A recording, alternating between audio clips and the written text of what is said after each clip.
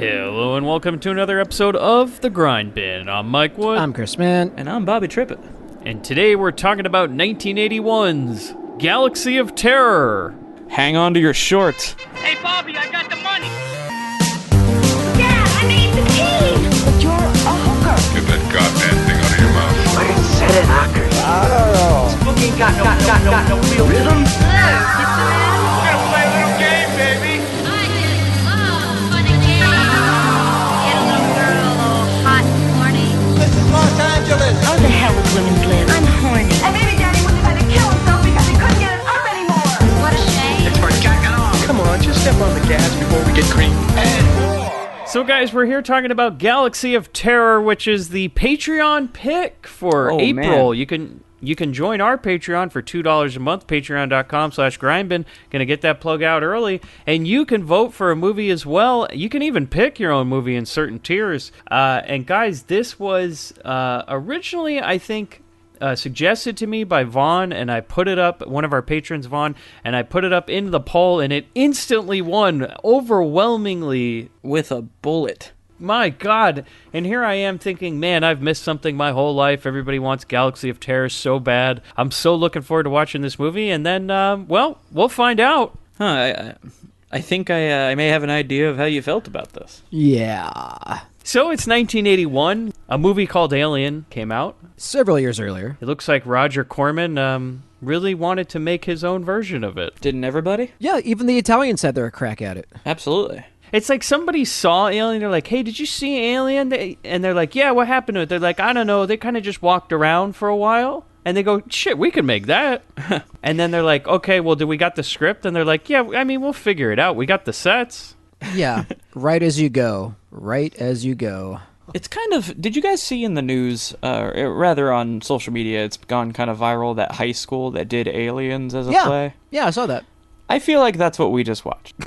Fair enough. The local high school rendition of Alien? Yeah. I mean, obviously with a little more budget than the local high school had, but you know. Well, yeah, that we'll get into that. Man, the budget for this movie spared no expense for the sets. Everything else, though, we'll see. It looks great. I'll give it that. Yeah. It looks fantastic. It does, which is amazing considering, and I hope I'm not getting ahead of us here. Speaking of sparing no expense on the sets, one of the sets was literally made out of takeout boxes. Yeah. Yes, we will get into that. Okay. But the crew of this movie, guys, welcome back, Grindbin All-Star Roger Corman, who's the producer of this movie. How many has it been now? We've had Bucket of Blood, which he directed. I know we've had another Corman movie that he produced on this show. I can't call it to mind right now myself.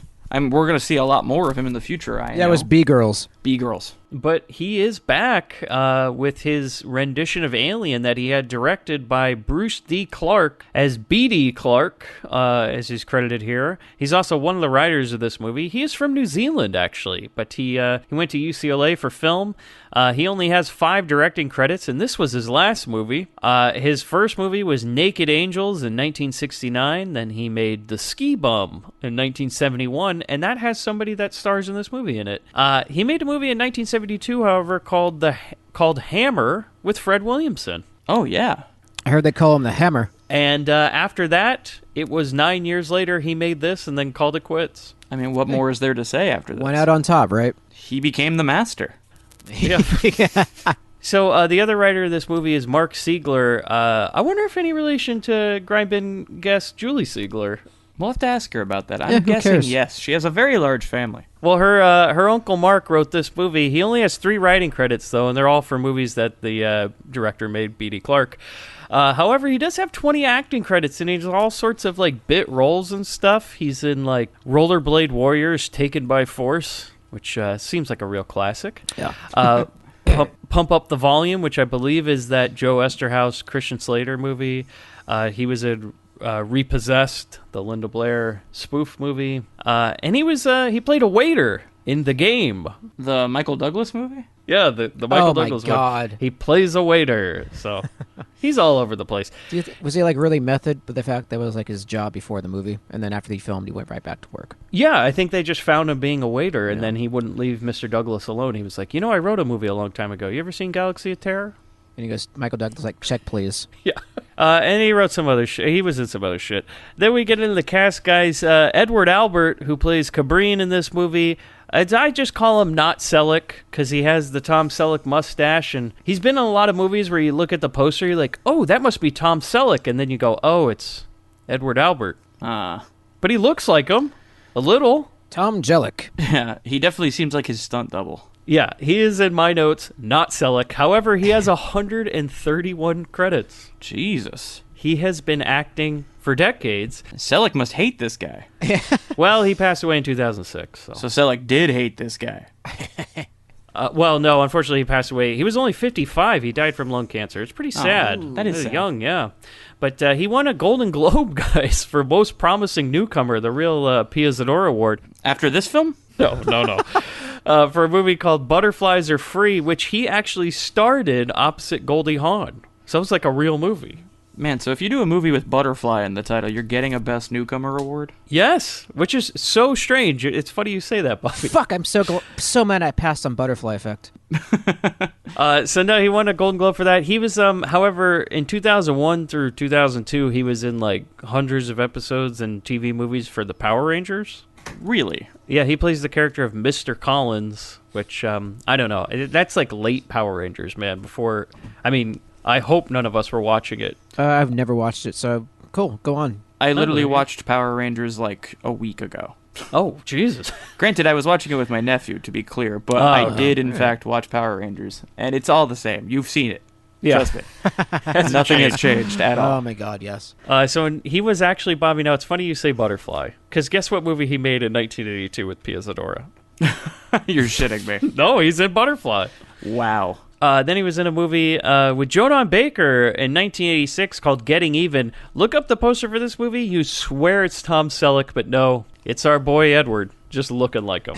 It's like they took Tom Selleck and like kind of just like slightly put a little bit of like a dark filter on it so you wouldn't know he's like kind of shadowy, but you can see the shadow of the mustache pointing through, and you're like, oh, okay, oh, it's a different guy, whatever. He was also in Terminal Entry, which is in 1987. The only reason I mention this is because, god damn it, this might be one of the best posters I've ever seen. It is a fucking mess. For Terminal Entry? Terminal Entry, 1987. Look it up. I will have posted it on the Facebook by now. Is this a case of Peter Sellers movie or porno? Yeah, exactly. Peter Sellers stars in Terminal Entry, which, from what I can gather from the poster, it's like a shot of like an Apple II with a bunch of ninjas coming out of it and some guy in a chef hat. I'm serious. It's a real fucking mess, man. It's a treat. And then he was in, guys, 1987's The Underachievers by our friend Jackie Kong. Grindbin All-Star Jackie Kong, the director of Night Force. Crickets. And Blood Diner. She recently, by the way, did a screening in Los Blood Angeles. Diner. Yeah, she did a screening of Blood Diner, and she was actually there. I haven't heard of her ever giving like a speech at a screening, so that would have been a hell of a thing to see. I mean, the check must have been good. By check, you mean they gave her free popcorn. Well, yeah. Erin Moran, who plays Aluma, guys. Probably most well known as Joni from Happy Days and Joni Loves Chachi. Yep. Oh my god, that was her? Yes, that's her. She has 35 credits to her name, and she made this movie 1 year before Joni Loves Chachi came out. And she's also in a Grindbin favorite movie that we say we'll never have on the show, but we always seem to talk about some way. She was in 1970s Watermelon Man. You can look it up for yourself. I own it. I found a copy once at me, but we're never going to cover that. No, we are not delving into that territory. Ray Walston, who plays Core, guys, at one point, they just kind of switched over to him being in this movie. I was like, what the fuck is the old guy from Picket Fences doing in this movie? See, I know him from 1990s Popcorn. Oh, okay. He has a bit of a small role in that movie, but that's the thing. I was like, oh, it's that guy. Well, the audience might also know him from Fast Times at Ridgemont High, The Sting, Paint Your Wagon, Popeye, and every episode ever of Picket Fences. Oh, wow. You know, I never watched Picket Fences, but I remember walking into the room when my parents watched it as a child and seeing that man's face, and forever... For me, he's always going to be Mr. Fences. Yeah. Which is his name in my notes for this movie. And then we have Zalman King, guys, who plays Balon. He's not a Grindbin All-Star, but he probably will be at some point. He is in one of my favorite Crown International movies, 1975's Trip with the Teacher, which is, it's very bin-worthy, but at the same time, it's kind of like a great thriller movie. And he's in 1977's Blue Sunshine, probably too good for the bin, but a great movie. I know you've said that in the past. I love that movie. Yeah, I don't know how well we'd do on an episode for Blue Sunshine, because I know at least you and me, the two of us, would just be like, this movie's so good. Oh, you know what's really funny is that I love that movie so much. At one point, I bought it twice. I didn't even know I already owned it, and I brought it home like, fuck, I already own it. A movie so nice you owned it twice. Did you when you yelled fuck, did you pull your hair off and attack somebody? Exactly. All right, I got an idea, guys. What if the three of us, we do an episode on Blue Sunshine, but we do it on LSD? Absolutely. Ooh. Also, it has Grindbin All-Star and Grindbin favorite Bill Adler in that movie. Sweet. Yeah, he's in the very beginning. Our audience probably knows Zalman King, and they go, where have I heard that name before? Chris Mann, as a child, probably watched this show all the time. He is responsible for creating the show Red Shoe Diaries. Yep. That's right. That's why it's called Zalman King's Red Shoe Diary. Yep. So the shoes were his? Yeah. He's the one who did it. Yep. They never panned up to show you him. Yeah. They're very careful about that. So no, he's responsible for creating that show and all sorts of other Skinamax classics. God bless him. He went on to be a director and producer after acting, but many a memory sinking down at 11 o'clock at night to watch that. you know what's really weird though is like in Blue Sunshine and Trip with the Teacher, I'm so like taken aback by how good Zalman King's performances are in those movies because he stars in Blue Sunshine. He is horrible in this movie. Well, isn't everybody? He's not great. No, it's kind of sad. He just walks around pissed off the whole time, and I don't know if that he just kind of like he never got to read the script. And he shows up, he's like, "Oh, fuck this!" Mike, you know the script just said like walk up and down hallway. I felt like at one point he was just going to start burning the whole set because he burns everything else in this movie. Yeah.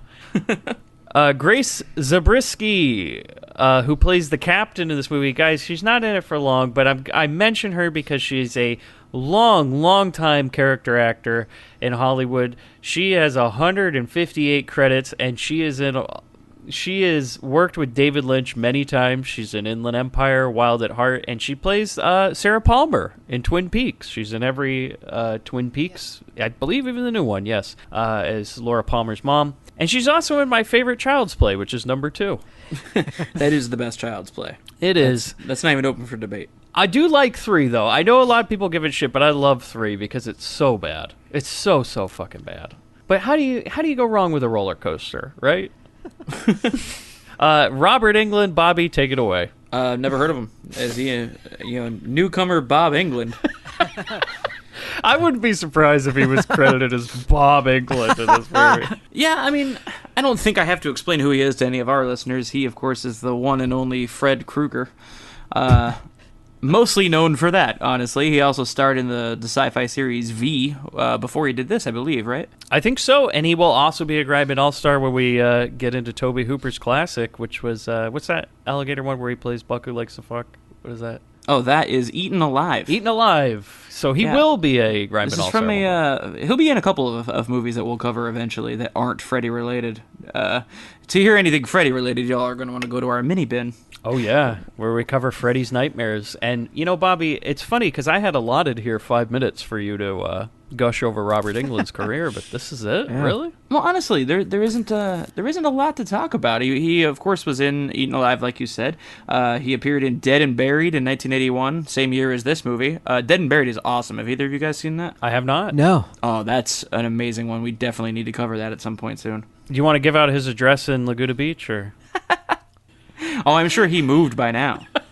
I was coming around too often. You can hear that story, by the way, on our mini bin where Bobby found out where Robert Englund lives. Not on purpose. Not like you followed him home. It's not as bad as you're making that sound. No. But we got to get people to give us their $2 somehow. Actually, it turns out V was 2 years after this movie. Oh, okay. This is one of his earliest things. It's kind of fun watching young Robert Englund because he hasn't played Freddy yet at this point.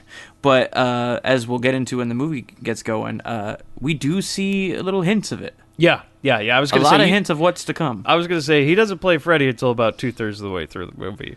And then suddenly he does play Freddy, but most of the roles he got prior to Freddy, he was playing the dork.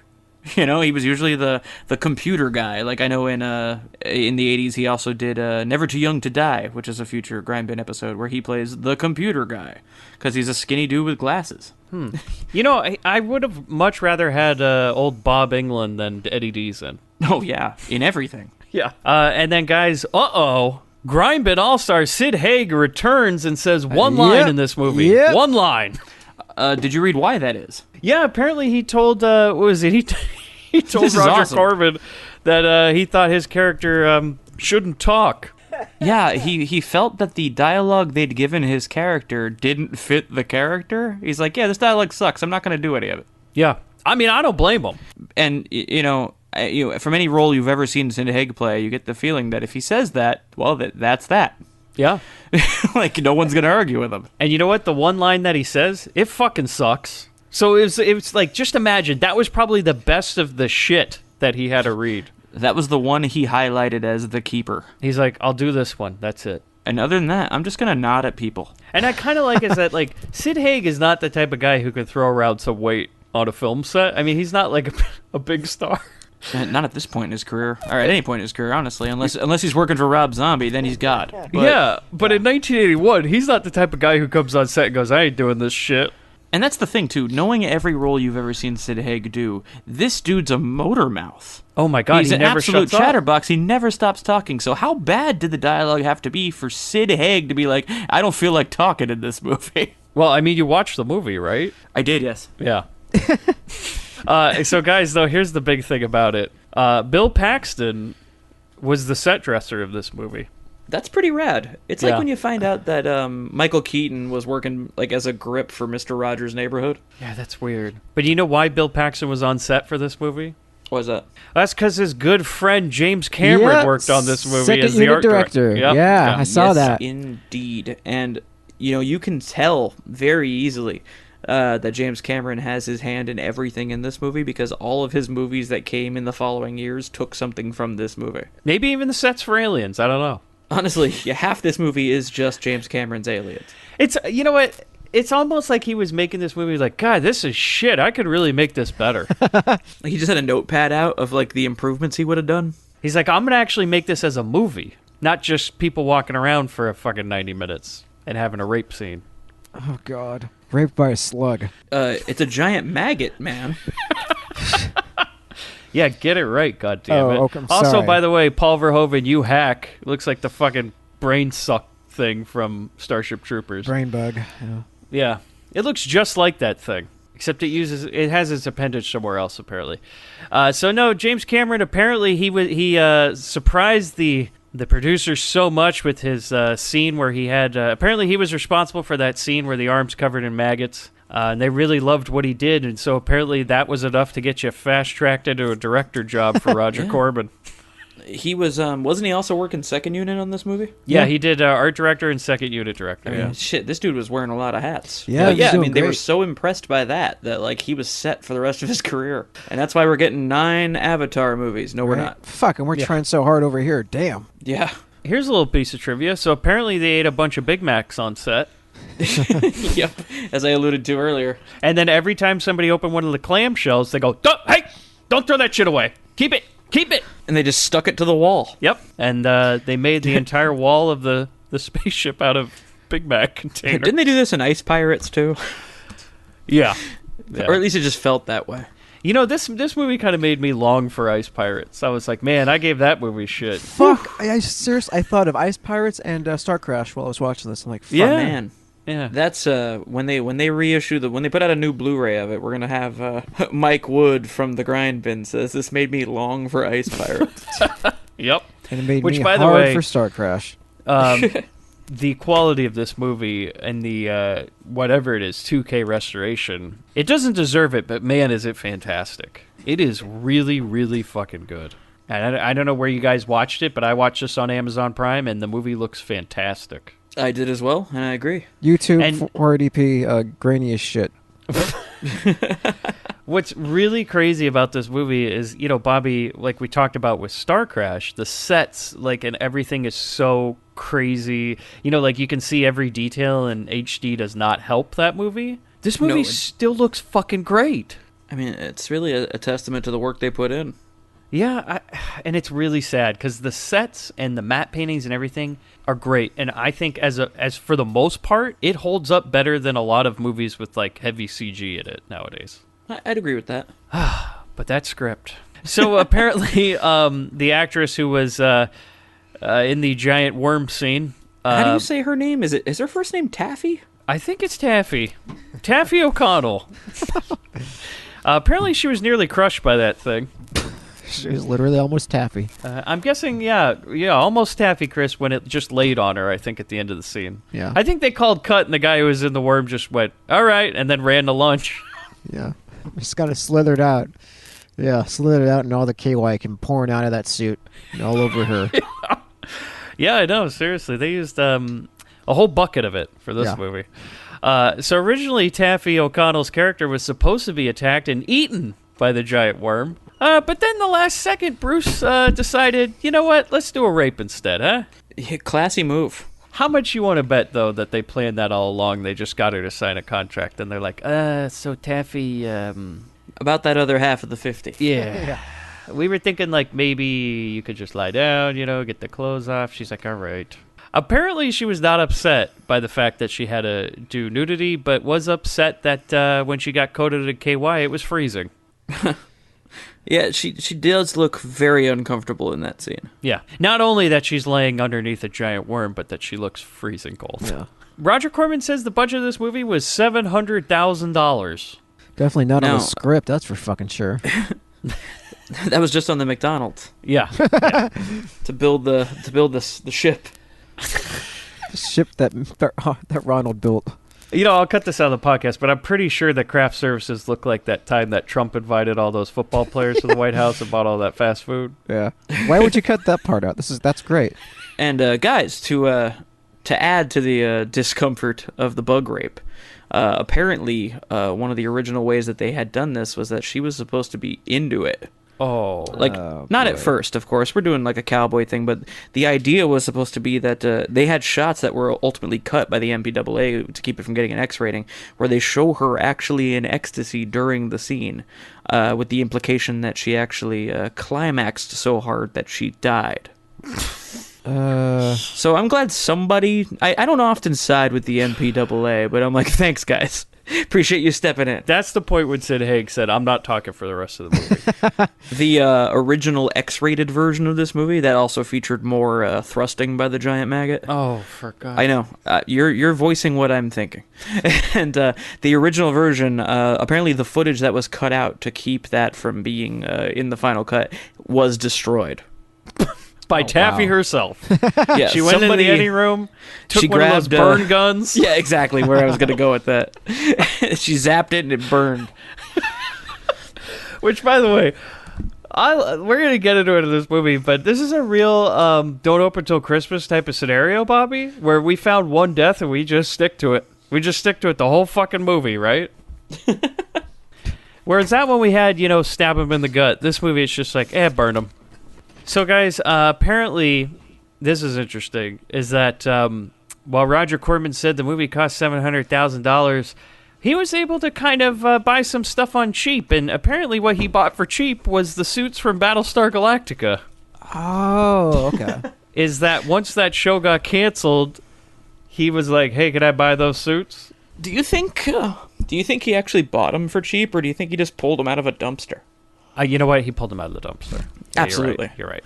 The show was canceled, they threw it in the bin, and he just skittered on by. And how do you think they found all those takeout containers?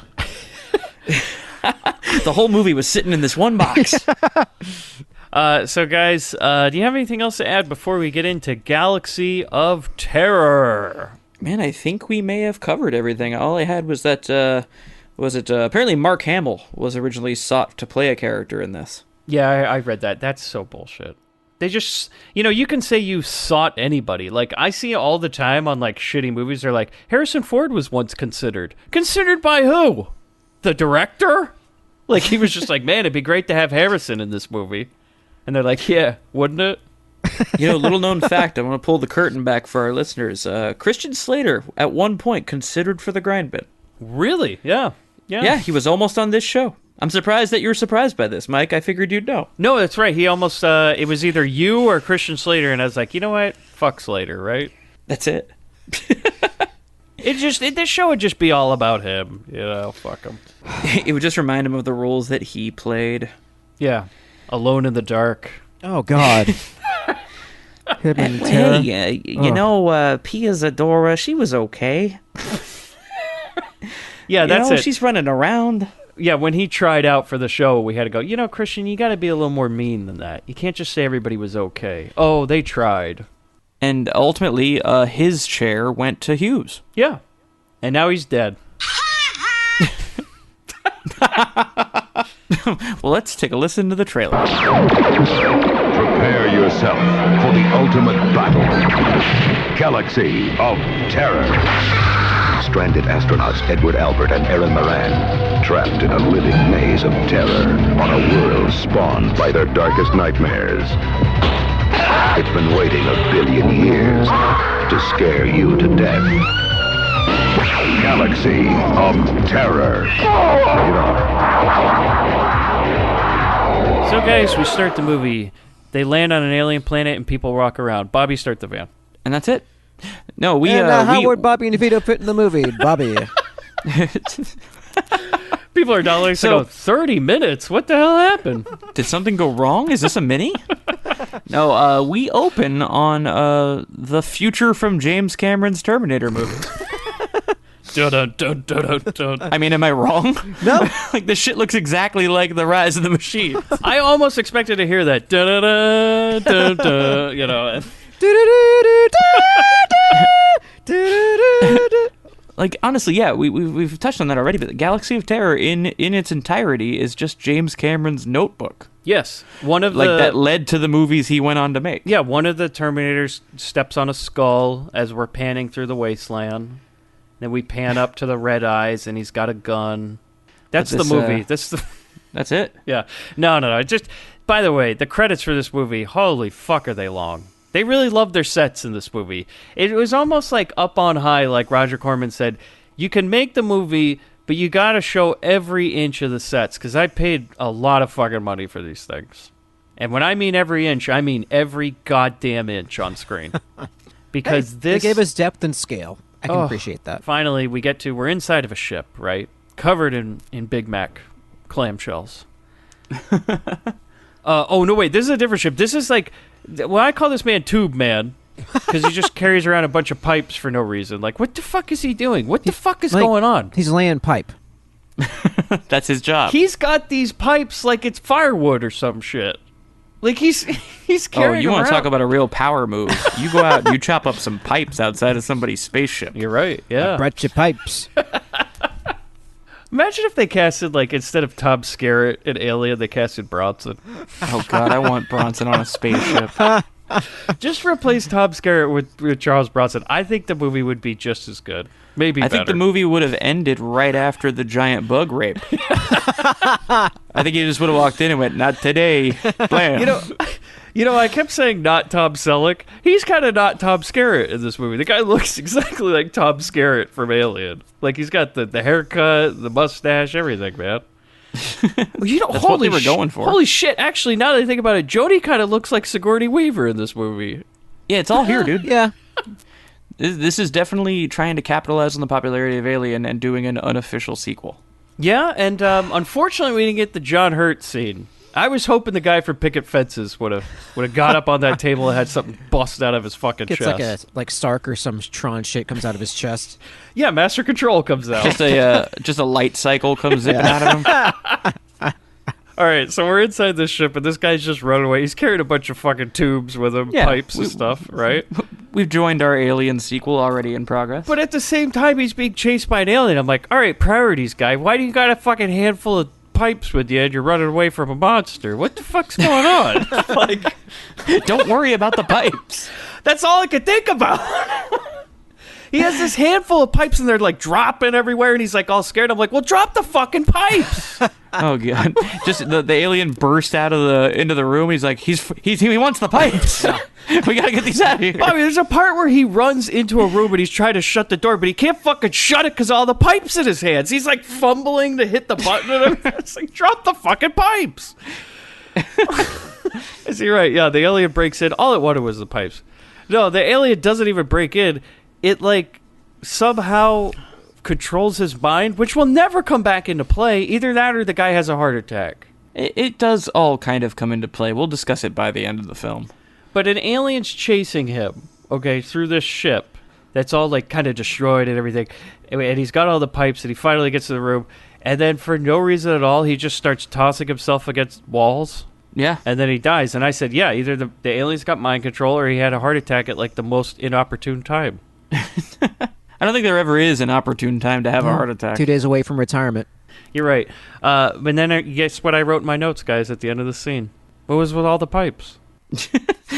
You come out of the scene wondering about the pipes. The whole movie, I'm wondering about the pipes. I'm like, is that ever going to come into play? Were you waiting for that? Yeah. Like at the very end? Why? It was going to come down to pipes? Was he soldering something? I don't know. If he's going to fix the ship, man, he's going to need more than a few loose ends. So, anyways, cut to an old lady that we'll never see again giving VO. Yeah. We cut to an old witch and a human lava lamp playing a tabletop arcade game. Yeah, so she's playing that Pac-Man. Yeah, it's fucking Ms. Pac-Man from the pizza place. Yeah. It's got all the grease on it and everything. And she's playing it with this other guy who I call Tron Head. Because his head is just... And that's why I called him a human lava lamp. It was just this big, moving red orb. By moving, you just mean that, like, it's... This is the worst effect I've ever seen in a movie. You know, like when they interviewed somebody on hard copy back in the day, and they just had like the circle over their face. Yeah, but in this one, they're like, instead of that circle, make him look like Master Control from Tron, and he just has like the big red glowing thing coming out of his face. It's distracting too. It's like this huge giant Tron head. Which, by the way, do you think like that's annoying for whoever his significant other is? I mean, I hope he's with another Tron head lady because when you turn off the lights, he just never fucking turns off. Yeah. And so, they're just there playing Miss Pac-Man. They're like, hey, something bad happened. They're like, yeah. And then a guy comes on this TV and they're like, hey, we lost contact with the ship. And I was like, oh, it must be the tube guy. And then the old lady and Tron are like, well, we should send a rescue mission. And then that's how the scene ends. There's a lot more dialogue, but this is basically what they say. They start talking about shit. I don't know if you caught it, Bobby, but it's just blabble. Like, yeah, I don't have their dialogue written down because it was just... It's garbage. It's just a bunch of nonsense. They were just like, look, guys, we only have to get one line out, but we got to fill 3 minutes. So just go. And I know this movie has its fans, so I know we have some listeners that are probably pretty upset that we just said that. You know, though, I don't know if they're real fans or they just know this movie's so shitty that we're going to have a good time ripping it apart. I can never tell with our listeners. That's true. whether they're sending us to the lions or they really want us to experience something. Yeah, like B-girls, man. Yeah. Every time that I think like they're going to get upset that we rip something apart, they're like, man, you took it to task. Like, was that the idea? Is that what you think we're here to do? So we're inside a spaceship now, right? A new spaceship, and here's the thing: it's commanded by 2 geriatrics. They've got the experience, Mike. Yeah. Oh boy, do they! They picked the oldest people they could find. They're losing their minds. This is the captain and the mission commander. Now the captain is not old in this movie, but they put gray hair on her, so she looks old. And the mission commander, he is just old. He's like an 80-year-old man that decided to just... This could have been Charles Bronson's role, for sure, and it would have been fine, age-appropriate. Definitely, I can see that. Yeah. But the captain is like, hey, we're going to take off right now, and I don't want to wait for the crew. And the commander's like, well, nobody's like ready yet. And she goes, well, fuck that. Take it off in 30 seconds. And we cut to first of all, this ship, by the way, the set for this ship is fucking huge. It's awesome. It looks, I don't know if you noticed, but it looked like the ride entry to Star Tours to me. It looked like the first room when you walk in. It's that spacious. It's huge. I just sworn I heard the music. Yeah, and you see C-3PO and R2, working up at the top and everything. That robot that looks like Johnny 5. They're all here. Yeah. And so here we go, guys. This is where we get introduced to our crew, who's not ready to take off, but they're all sitting. None of them are strapped down. They're ready to go. They're not quite ready for prime time astronauts. So here we go, guys. We have Freddy Krueger. Uh-huh. We have Sid Haig. Uh-huh. We have Zalman King. Yep. We have not Tom Selleck. Yes, indeed. We have Joni from Joni Achachi. It's a hell of a lineup so far. We have From Murderer's Row. We have Computer Lady, who is the lady who gets raped, Taffy. Yeah, Laffy Taffy. Wuss blonde guy. Because that's all he does. And the old guy for picket fences. All-star cast. They assembled a squad unlike any other. They did, because I watched this and go, all right, I'm on board. I like Fuck yeah. Someone's got to lay that pipe. I want to see Yeah. where this is going, you know? Honestly, that's where I was at this point too when they revealed the cast. I was like, "Oh fuck yeah, I'm in. This is great." Yeah, no. This is the point when you rent it from the video store. You're like, okay, I'm settling in. Let that popcorn finish. I'm gonna watch it. So then, Blast Off, sort of a success, right? They get up in the air. There's a funny moment where England can't get to a chair in time. You know, the music has stopped and he's rushing to a chair to sit in, and so Taffy wraps her limbs around him to hold him down. Yeah.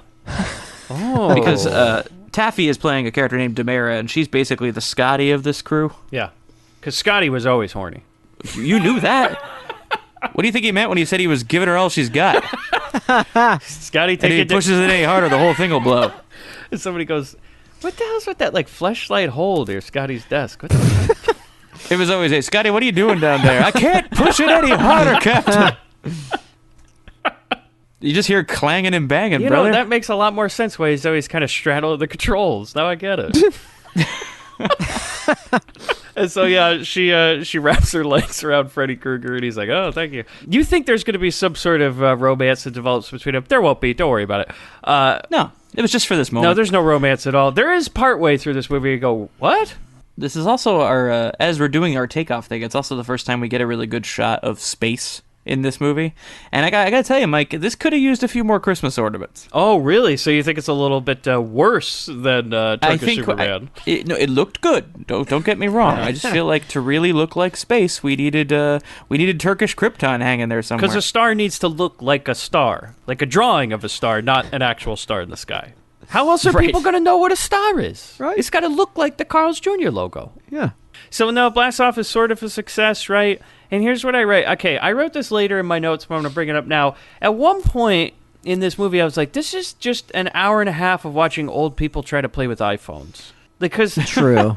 it's just a bunch of old people going like, I don't need this newfangled technology. I'll do things my own way. What's a All Twitter? right, so tell me, guys, better movie with Lemon and Mathau? Oh, dude. You know, if they were both alive right now, there would definitely be a Grumpier Old Men 3, Grumpier Old Men, where they just try to, maybe, I don't know, start a tech company or some shit. And like Chris said, yeah, he's like, what's a twatter? And all that shit. So no, the commander, she's like, I don't need these newfangled autopilot. I'll do this shit myself. And she's like putting off all these alarms on the computer and everything. And the old man commander's like, are you sure that we should do this? And she's like, I know what the fuck I'm doing. And he goes, hey, wasn't there like a mission that you were? I think I know you, right? This is kind of interesting. He goes, you've been at this for what, like 25 years now? Since the Hesperus, yeah? And he says that they do like the kung fu zoom. Oh yeah, she gets the 1,000-yard like we come in on stare. her face real hard, and she says, everyone's forgotten now. And so like this is hello darkness, my old friend. Like, oh, okay. So yeah, he asks her about it. She does the 1,000-yard stare. Yeah, you get that kung fu zoom, and then all of a sudden, we go into the time tunnel from 2001. Yeah, because we're doing the hyper jump. The coordinates come up on the screen. It looks like the high scores from that Ms. Pac-Man from earlier. Yeah. And then we go to ludicrous speed. These fuckers go to Plaid. Yeah, they get there, and no, it's not Jupiter, baby. It's just some planet we're at now, right? And they have trouble landing, because of course they fucking will, because the captain doesn't know what the fuck she's doing. So she tries to glide us to like a soft crash. Well, at one point, okay, here's the thing. She takes off the autopilot, right? But when they get to the planet, she just stands up, she goes, this is done. And then all of a sudden the ship starts crashing. She goes, I got you here. The rest is up to you. Yeah. And the commander's And like, as they're crashing, that's when we get the announcement, hang on to your shorts. God, she even flies Which, like an old person. Again, better with Walter Matthau. definitely. I think I'm going to crash this thing. Hang on to your shorts. What role would Burgess Meredith play? You know? Isn't he England? yeah, he's- definitely. So no, maybe he'd pull. That giant space bug showed her cannelloni. Maybe he'd pull a Sid Haig and go, you know what? I ain't doing any lines in this movie. A silent Burgess Meredith. Wah, wah, wah. So then they have trouble landing. They finally get there, right? They land the ship And just fine. We get, and I love this in sci-fi movies in general, when we get like dumb shit future talk. Oh God, fill You know, out like that script. in like the Judge Dredd universe, everyone says shock instead of a swear word. Yeah. Yeah.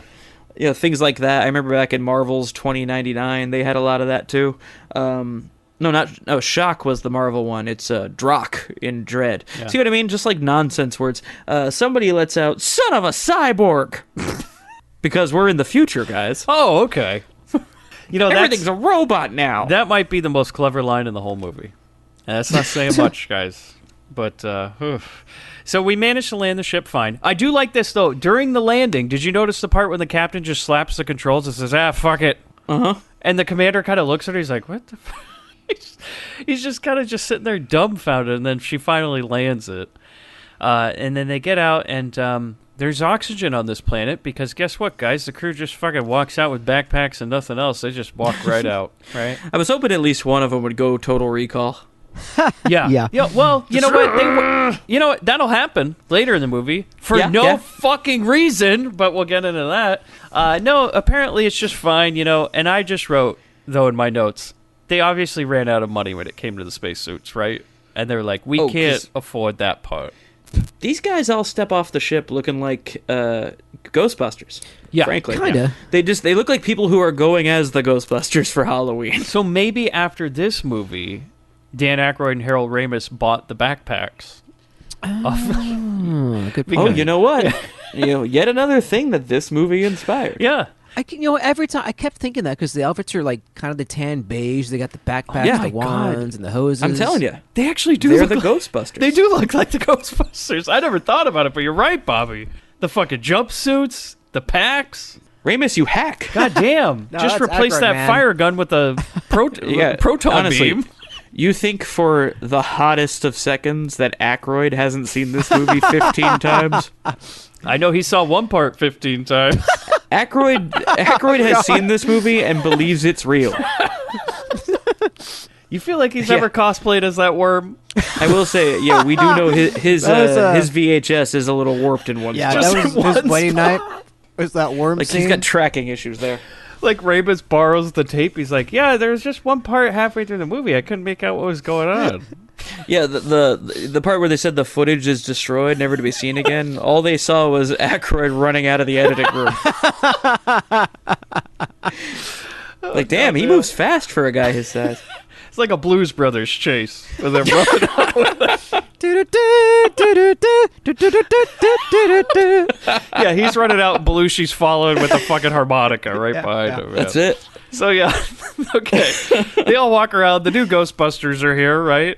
Well, Yeah. actually, the original Ghostbusters. These are the OGs. Okay, they're walking around. Damn right.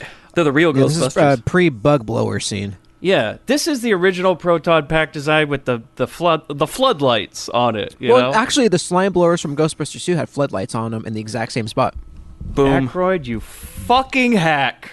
There it fucking is. Aykroyd's hiding in the background of every one of these scenes. You got to go back and look. Well, he's there. That explains the crystal skull I saw later in the movie. See? Okay. You see? Yeah. But yeah, at this point, we're doing a little bit of character work. You know, it's just like every Oh my single God. one of these movies. You are know, like playing- Prometheus and... Character I'm playing work, what? please.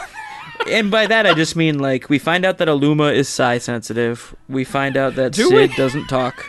Yeah, because she says, I'm psi-sensitive. Yeah, I know, it's so crazy. Is that Zalman then King is- goes, I know where I'm going. She goes, hold on, that's my job. I'm size sensitive, and they pay me for that. Okay. Oh, I'm sorry to interrupt, Bobby. You're talking about Sid No, Haig. it's all right. And yeah, and this is the first time that we realize that Sid Haig doesn't speak. He's kind of doing some rudimentary sign language. He's mostly just kind of making faces at people. Probably, out of character. Just Sid Haig is making faces at everybody. Yeah, do you think... Because he has to hear their dialogue. Do you think at one point the director's just yelled, he's like, Sid, say the... Sid, hello? Hello, don't sign it. What the fuck? Say it. Sign it. Sid. And he's not going to do it. That's why Zombie King looks so goddamn pissed this whole movie. Like, he never takes the scowl off his face. And there's really no reason why he should be so mad. In fact, there's no reason they should even be on this planet. At one point, they should just go home. I mean, it's not like, again, this is kind of like Event Horizon, right? Very much so. I thought that the whole movie. Especially later in the film. Which is probably the other Paul Anderson's best movie, unless you're a big fan of Resident Evils. But yeah, it just goes Tenenbaums, Resident Evil, Event Horizon. And so I guess, that Steve Zissou movie's okay. Yeah. So here's the thing, is that in that movie, they can't leave because there's a problem with their ship, right? Right. The problem is that in this movie, there's no problem with their ship, and they just decide to stay anyways. For no fucking reason. Because they land here, and they're like, well, there's no survivors. Because Joni's just sitting there. I think at this point, Bobby, because she's sensitive, she's like, I don't feel shit. Yeah, she mentions that. Yeah. She basically, she scanned the planet the second they landed, and she's like, there's no reason to even be here. Yeah. And they're like, well, this is bullshit. I don't know why we're here. Yeah, and that's when they look at the clock and they go, well, we still got 70 minutes to cover, so I guess we'll walk around. Yeah, I guess we'll do that. So they do. Yeah. And they investigate a ship, and we're doing some community haunted house stuff. Oh god. Because they step on the ship and immediately a body swings down like Jason left it for him. Yeah. Sorry, Jason X. Oh, yes. That was the ship Jason X was on for sure. And so the second the body flops down and startles everybody, Sid pulls out, it's like a giant plastic ninja star. Yeah, he got it at a fair. Like, he won it by hitting, like he threw a dart in a balloon and he got that. This thing looks like it's made of sugar. Like he's going to eat it afterwards. Yeah. And, so he immediately chucks this massive, like, ninja star into the body. And then Zalman does the 1-2 with that by setting it on fire. Yeah. And all the while Wuss Blonde guy just throws up. Exactly. We're all thinking, like, oh, he's the first to go. Oh, of course. That's why he's here. Someone has to be the red shirt. Someone has to be that Ghostbuster. Yeah. Oh, dude, that's second. Yeah. Oh, yeah. Yeah, everyone decides to split up. Yeah. And we go with our wuss guy, whose name is Kaz, C-O-S. Just call him Wuss. Don't worry, he won't be I'm around gonna call him the long. Kaz. See, the stop. the spaceship and things coming through the darkness and no one's come in. Okay, so as we're recasting this movie, we got Lemon and Mathau, we got 1981 Bill Cosby. Yeah. So we don't know about that stuff yet. Yeah. Oh, yeah. I mean, people know, but, we don't know. They know. No, we're decades away from everybody screaming at Hannibal Buress when he says, but I'm not lying. Who was in that bug costume then at this point. Oh, my God. Well, Chris, Jello without color in it, And it comes through the lemon yellow. So, yeah, they're walking around the ship, right? The wuss guy is scared by a fucking wire. He gets spooked by just, like, a cable. This is when you know this guy's not long for this world. You do it right away. You're like, there we go. We got a dead You were not made for this. You're too pure for this world. Yeah. Sorry, Kaz. And then Cabron sets a corpse on fire. Yeah, so Sid and Not Selleck find another dead guy, burn it. This is what they do every the second time. He sees it, they're just blasting every corpse they find, and for some reason that sets off the fire alarm. You're running around setting everything on fire, and the ship starts buzzing. Look, here's the thing: is you don't even have to be dead. If you're on the ground, you better fucking answer because they're burning you. You got 2 seconds before you get the burn gun. And so this is when I write my notes. I go, "Wuss guy is the worst. He just cries and shoots things." He's not even shooting anything, really. He's just shooting at sounds he think he heard, and he's cried about it. Oh, my God. And I was like, why'd they even give him a real ray gun? Like, they should have gave him, like, the prop one, Like, they're like, yeah, you'll get a real one soon. Or they tell him it's real, But, like, he's dangerous with a gun. Well, I thought for sure he was going to try and turn it on himself. Like, it was just too much for him in that scene. Well, that was a great moment. I was hoping. Yeah. I was thought he hoping he'd do it now. Yeah, I really thought it was going to happen. Like, fuck, man. His seed is too delicate for this soil. Yeah. Well, he said he's being stalked by a stop-motion Muppet that's just kind of going around these tubes and stuff. And then eventually he just gets so scared he runs away and he runs into Joni. Zalman King picks him up off the ground and starts shaking Wuss, and he's like, where the fuck were you? What did you see? And he's like, and he's just crying. And then everybody just fucking forgets about it and leaves the ship, and then they just leave Wuss there. So here's the scene. We go to a ship, they burn some bodies, they go, fuck it, and then they all just leave. That's about right. And then for no reason at all, Wuss guy's just left here alone. Nobody remembered to get him or anything. They forgot Kevin. Yeah. And then you know what? A Muppet slaps him from behind and then scalps him. It's true. I laughed so hard when we first saw this like stop motion thing pop up behind like a him. Kermit hand slaps him. Yay! He gets murdered by Jim Henson. Yeah, it's like if Kermit scalped a man. Which I would love to see. I can hear you scream in space. I love it, Chris. Mm-hmm. Yeah. Why don't you stop being a little bitch? So yeah, he gets scalped by Kermit. And then back in the ship, I go, do they even know he died? No one ever talks about him. No, but they were hoping. He's never mentioned again. Okay, because they show a dead guy in the medical bay, but I don't think that's him. I don't think they ever talk about this guy again. I think they were like, you know what, fuck that shit, right? They brought back a different body. That's how little they cared about this guy. Well, everybody left, right? So we never saw them go back and get the body. Who the fuck is the body? Is it him? I mean, it could be. That's what I wrote. I was like, I guess, maybe. I think I'm missing scenes. Because I don't know what the fuck's going on. Oh, yeah, they found... Aykroyd must have accidentally taken that, too. But yeah, apparently there's some guy in the medical bay. They're like, yeah, he died real bad. I'm like, well, does anybody know what guy died? Or are they worried about it? Like, because he got scalped. They found remnants and samples of, like, green fabric fur and, like, kind of... Yeah. They find a man scalped with green felt all over him. Nobody seems to care, though. They're like, fuck it. Cold! They brought Dr. Teeth in for questioning. The next scene is they just go, yeah, you know what, forget about that dead guy. Also, has anybody seen Wuss? Fuck it, who cares? And the old guy goes, this old commander goes, now look at this new Atari game I bought. And he just kind of takes his joystick and he's like, see how cool it is? You can go to the left and then you can go to the right. And they go, does anybody know what's on the screen? No. What the fuck am I looking at? Nobody knows. All we do know is that this is a rescue mission specifically ordered by the master. Okay. And he said we gotta be here, so we gotta be here. And they're like, yeah, all right. So then all of a sudden they just wander around and find a giant pyramid. Like, is that right? Okay, it's either the pyramid... The Aggro Crag. Yeah, it's the Aggro Crag pyramid. All right, it's either the one from Stargate or the one from Alien vs. Predator. Take your pick, it's guys. It's the $40,000 pyramid. Yeah. And so they're like, well, I guess we'll just go in that pyramid. I'm not even kidding. We watch people for 10 minutes scale the Aggro Crag. That's it. And you can hear Michael Malley just going in the background. He's like, hey, shit, Joni's almost got to the top, and here comes Zalman. Foam rocks are coming down on put him. him in a preferable twist if it's really that ziggurat at Epcot Center. But no, it's just boring as shit. Yeah, that one guy swimming in a circle in his kayak. Greatest guts contestant ever. No, they just walk around for nothing. They just walk around. I'm like, is there a front door or something? Or are we just going to walk up the fucking side of the thing? Who cares? But the commander starts giving a speech about how he's getting old. God. Like, out of nowhere!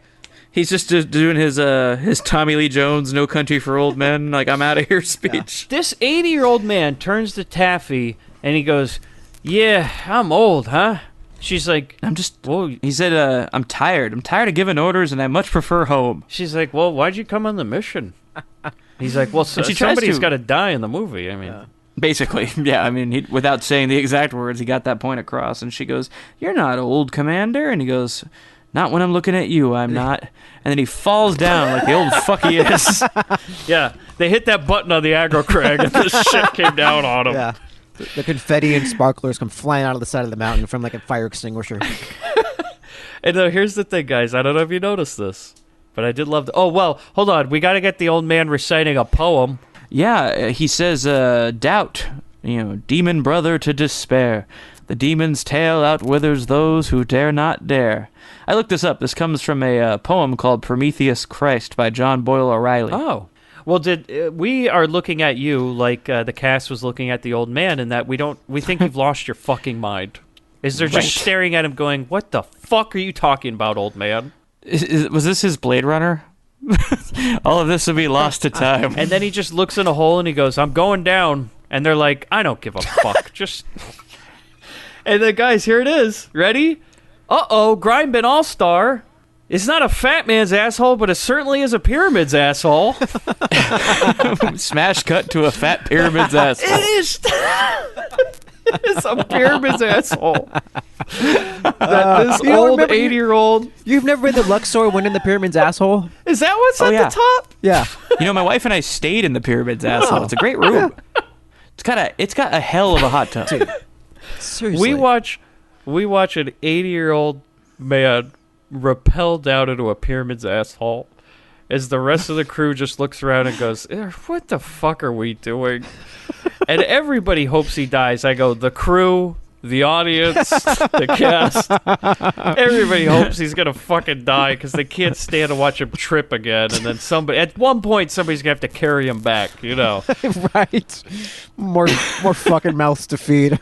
Yeah, and so he's going down further and further, and he's like, I don't know why I'm going in here, but I'm definitely going in. I'm going down further. And then the rope slips, and somebody grabs it to save him. I go, but why?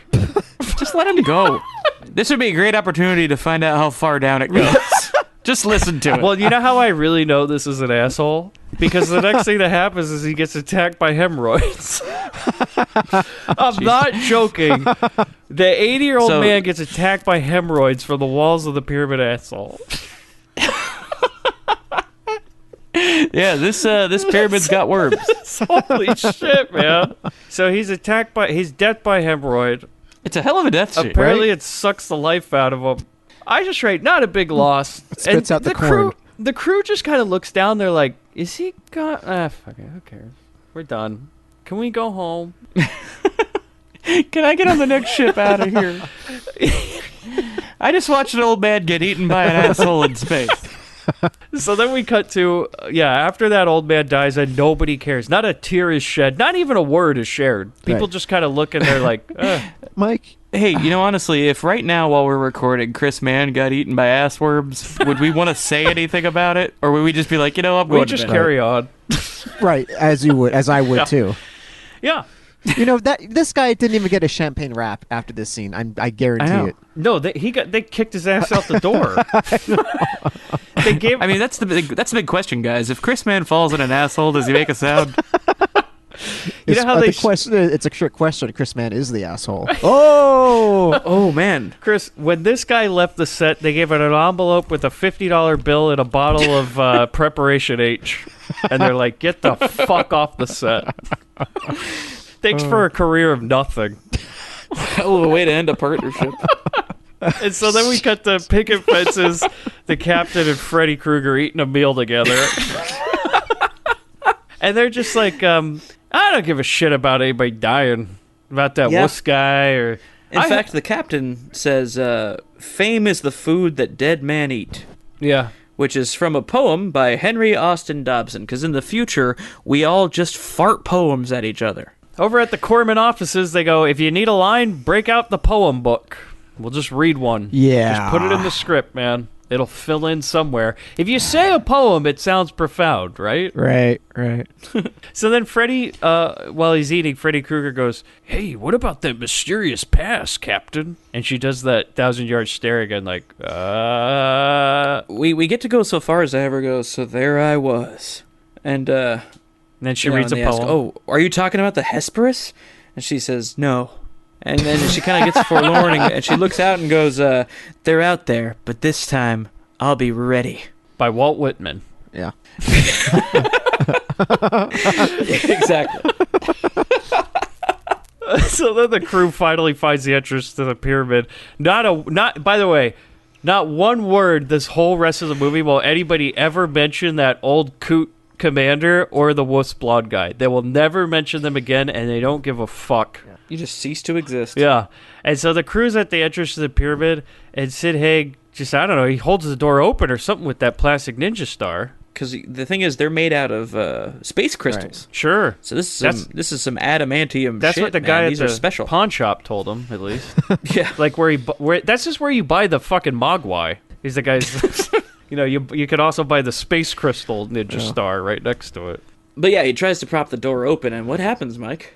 Sid Haig gets pissed because his ninja star gets broken, like the fucking carnival toy it is. It shatters at it like it's made out of sugar glass.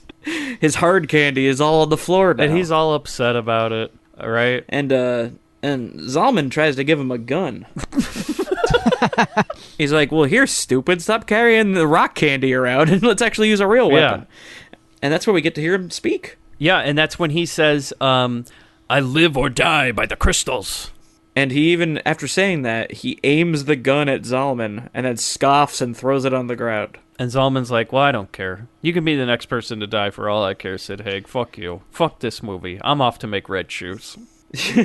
And so they just kind of leave, and the crew wanders around the pyramid for a while. It's like that part in Prometheus where they just wander around for a while, you know? You're like, we just got time to kill. They're wandering around and around and around, and I'm like, I guess they're looking for the plot. Because it's got to be around here somewhere, right? So they're just looking around. They heard Aykroyd dropped a couple frames. They're looking for that lost footage. And so then Jody tries to tell everybody, she goes, look, my psychic powers say we should go over here. And Zalman King goes, yeah, but I say we should go over here and fuck you. Can't argue with that. And she's like, okay.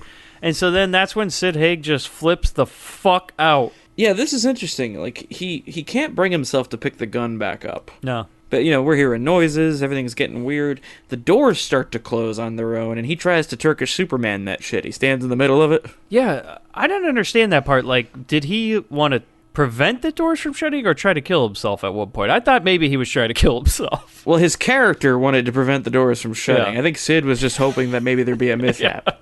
Get him the hell out of here. Oh, God, yeah. But he tries to do that. He can't quite keep it open. They slam shut. And then, well, here's where the weird shit happens, fellas. Because his broken candy star, why it reforms itself. And decides to take. And what does it do once it's starts whole? to take the form of black tar heroin. It's kind of funny how you can play footage backwards and it just, reappears like it magically can. Hell yeah. It's a great effect for 1981. Yeah. They didn't need James Cameron for that. So yeah, it on its own, it goes from the ground into his arm, and like a shard of it breaks off and starts traveling up inside his arm, and this is fucking gross. I gotta say, if James Cameron did this part, bravo, Cameron. Yeah, this part is rad. Was great. God damn. Now we're doing some Event Horizon shit. This is cool. like the one scene that makes me say, that would have made me say recommend, but you can't you can't build a wall with one brick. So of well, course. At this point, you're 30 minutes in the movie, you're like, okay, all right. I was kind of hoping that this was going to be like an Evil Dead 2 situation. Yeah.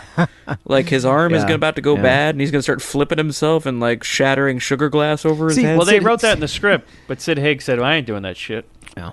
And they're like, okay. So what does he do? Well, his arm gets cut off because he... Well, it doesn't get cut off. He does it himself. He cuts his arm off because easily. the glass is coming up on him, and so he's got to get it before it gets to his chest, I guess, and get him in the heart or something. Yeah. So he cuts his arm off, and then it's... And we see the severed arm on the ground, and then kind of like in the Cloverfield paradox, this thing starts moving on its own.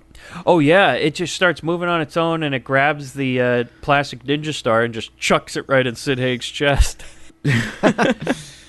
And then I did say... Well, I said, Sid, you did say you live and die by the crystals, so... Crystal Skull, that is. Yeah.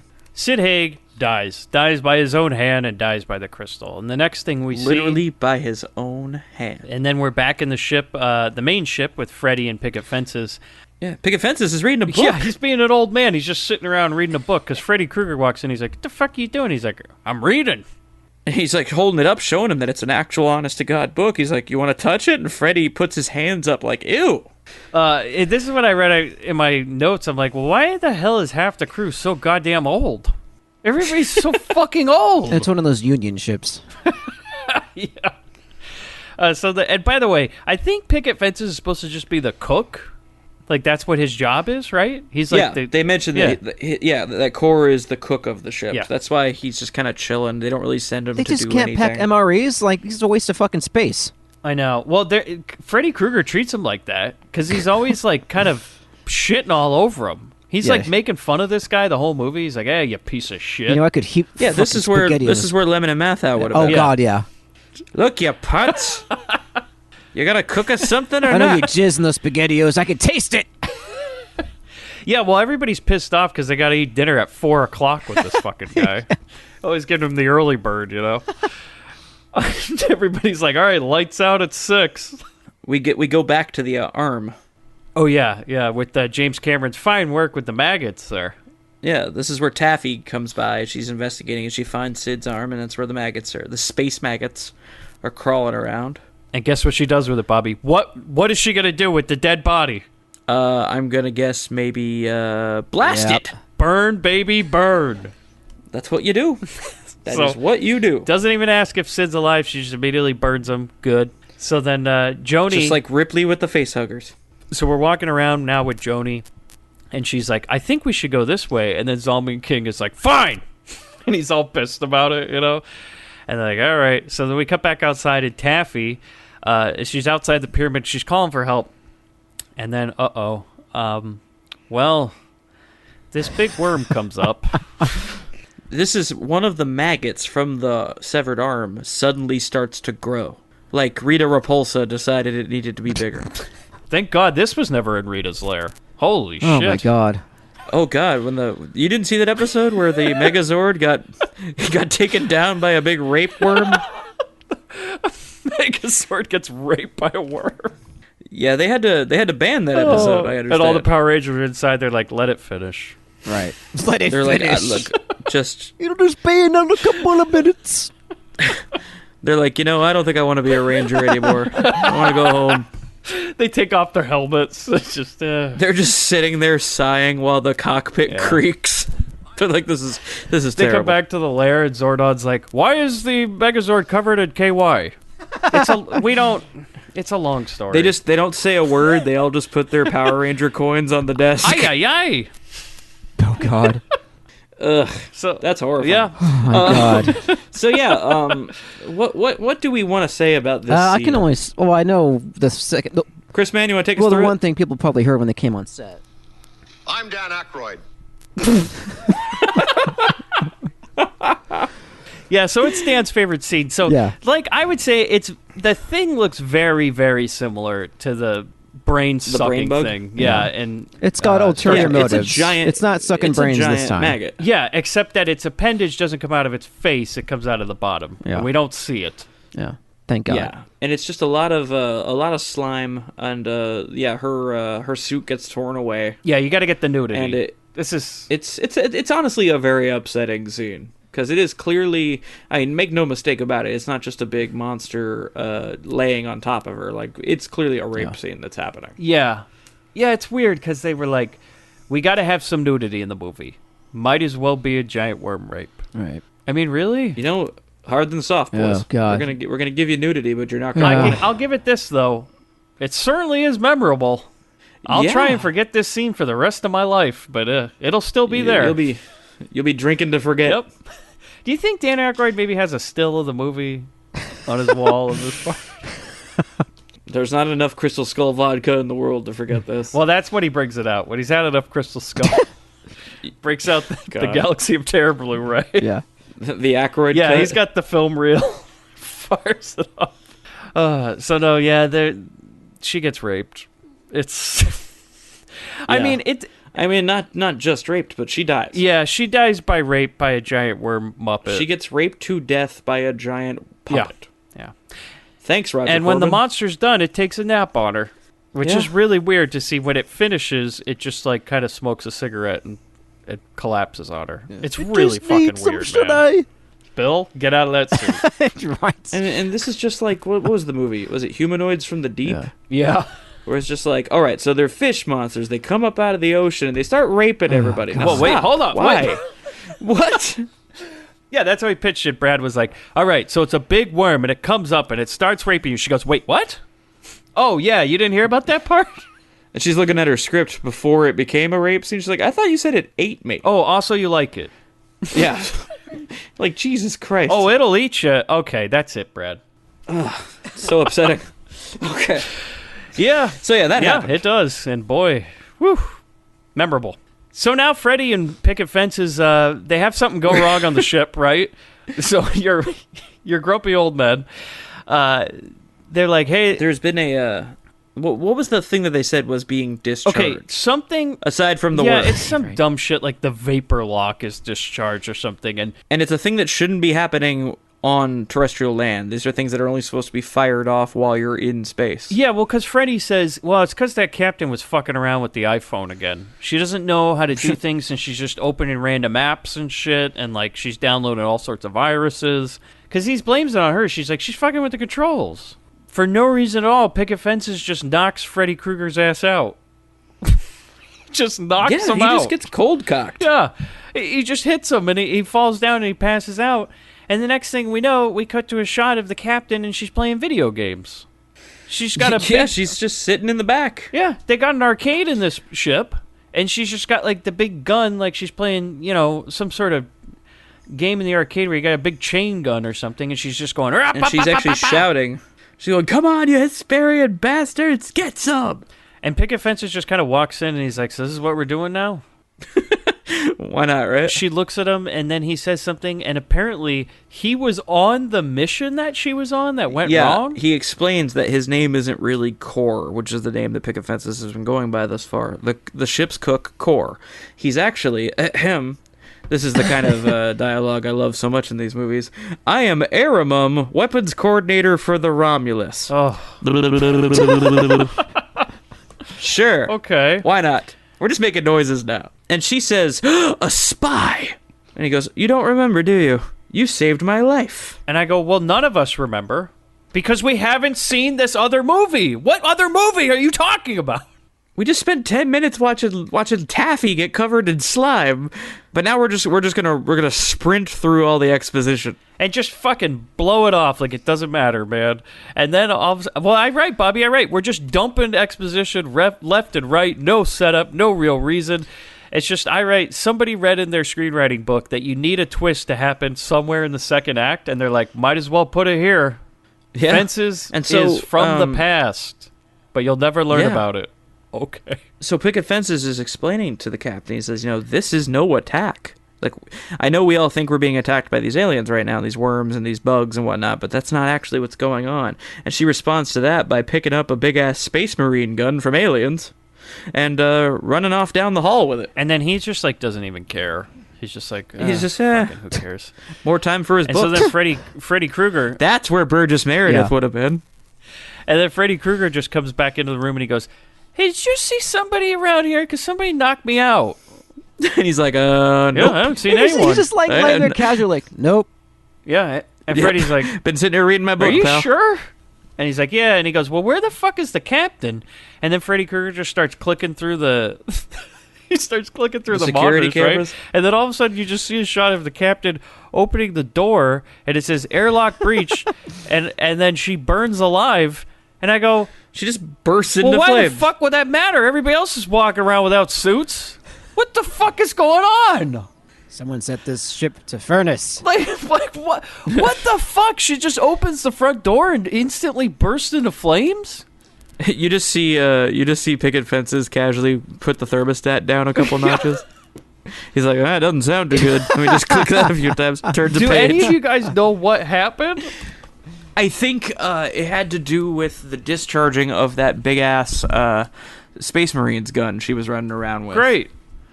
I think that she set that off, she set off a big explodey gun in a very tight quarters with a different kind of atmosphere in the room she was in, and it set her on fire. Great. Because I was like, if she went outside and caught on fire, I'm like, this movie makes no sense. So, England, of course, realizes, we got movie signs, so he starts running down the MST3K corridor, with each door rolling and him running down the hexagonal hallway. He trips over Tom Servo. Robert Englund is doing his best, like, all right, Robert, you're in the movie Alien now. because he's just kind of sneaking around, you know, and you almost expect to hear the siren from Alien, you know, whir, whir, as he's walking around. It's not happening. And to his credit, I mean, I know I'm super biased, but I think he does a very good job in this movie. Oh yeah, no. Robert Englund, I think he puts in a hell of a is the performance high in this. point of this movie, which is not saying anything, but he is the high point for anyone of this who movie. only knows him as Freddy Krueger, this is a pretty cool movie to watch. So then after this, he just kind of, he runs around, he finds the captain, and she's burned up, and she just kind of falls on finds him. her, like, a door opens, and there's a screaming skeleton. Yeah. And like then, a Halloween decoration. Just goes, "Wah!" and she falls on the ground, and he's just like, eh. Like, even he doesn't care. Nobody cares. Then we cut to the remaining crew, and they've discovered the postcoital scene. Yeah. It's not good. And one of them says, after finding this, they're like snipers. They're picking us off one by one. They're coming from the fucking walls, man! Game over! Yeah, that's when Bill Pax is just writing this down, going, oh. You hear muffled in the background, game over, man! Yeah, him and James Cameron are just chuckling in the back, talking about They're just going over dialogue. How much better they'd make this movie. Didn't the captain also kind of remind you of Vasquez a little bit? You know? Yeah. Kind of. Like, not I could see necessarily Jeanette Goldstein, more in Near Dark than in Aliens, with the hair that she had. I could see that. So, Bobby, Anyway. it's a really sad scene. Taffy's laying on the ground. She's covered in taffy. And Zalman King walks up, and it's a real tender moment as he pulls out that gun, and boy, what does he do? Does he blast it? Yep, he burns her. Jesus Christ, Solomon. He doesn't even have any emotion. He's almost excited for it. Yeah. Just as above, so below. Click, click, boom. I think that's the only time I saw him break a smile. Like, he just has a little bit in the corner of his mouth. He smiles as he He's just glad to be doing something, man. burns another lady alive.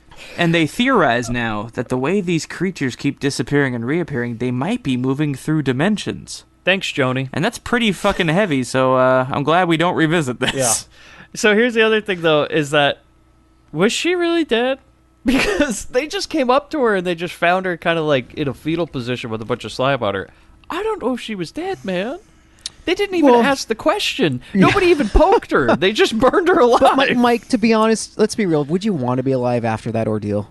Well, that's what Zalman must have been thinking. He's Yeah. like, I did her a favor. Yeah. Yeah. I'd be like, Guess not. please put me on my fucking misery. I don't want to live with this for the rest of my life. You wouldn't Just even have to fucking- finish the sentence, Chris. Bobby and I would have already burned you. Thank you. Thank you. We'd have burned you before it Yeah. happened. Yeah. Yeah, on the ride there. You'd be, We're like, I don't like the sound of this. Better you'd be shoot back. screaming while you're on fire. And yeah, Bobby's like, give it a little more gas. I think that's just natural. The body screams as it burns. It's Yeah. kind of a thing. Yeah. It's letting out air. It's like burning tinfoil. That's it. So now magically Zalman and the rest of the crew are on the ship. Fuck that, they're already back. They went from the pyramid to the ship within seconds. And I'm like, because fuck that jazz about the pyramid, right? You know? Yeah. And in fact, I go, you know what? Let's just go home. At this point, why are we here? There's no reason to still be on this planet. There's obviously nobody alive. There's nothing in that pyramid that you need. Oh, yeah. It's all a bunch of This whole mission's a bunch of shit fucking show. monsters. And here's the thing: every other goddamn movie that deals with this has a problem with the ship where they can't leave. Even Prometheus. This movie is like, we could take off right now. But no, let's take a stroll to the fucking funhouse. Yeah. In Epcot. God damn it. And at this point, all the high command is dead. Just low end guys are left. It's like at the end of the movie. Like, imagine if Alien ended with just Yaphet Kotto and Harry Dean Stanton left, Fantastic. What a cast. and they're just like, you know what? Fuck this alien shit, right? Let's get out of here. That'd be great. I'd watch But that. that's basically what we have. Is like all the main characters have died, basically, or like all the high But now, command. but now we're very tired and no one trusts each other. Yeah.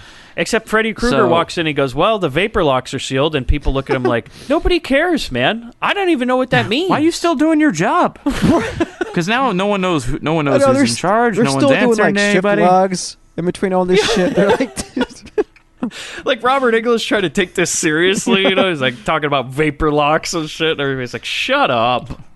What a nerf herder. Yeah, at one point they're just like, dork, and they just push him out the ship. yeah. So then Joni, yeah, that's what she says. There's like snipers picking us off one by one. I'm like, well, that was from a different movie. And then Yeah. Not Selleck mentions how there are probably no survivors, and Joni goes, yeah, we should just leave. though she mentions that she is kind of picking up a little bit of a reading. She says that there is something, it's like whispers. Yeah, and then for no reason at all, they go, you know what, we should go back to that pyramid. And I just keep writing, no, just end it early. End it early. They check the clock on the wall. And went, I guess we'll go back to the pyramid for a bit. We still got 20 minutes. Here's my favorite part, though, is that they're talking about this. They're like, there's no reason for us to be on this planet anymore. Let's go back to that pyramid. And then Freddy Krueger and Picket Fences look and go, can we come too? And I write, why not? Right? Why the fuck not? Let's just bring the whole gang. Fuck it. It's getting boring on the ship. Fuck we gotta.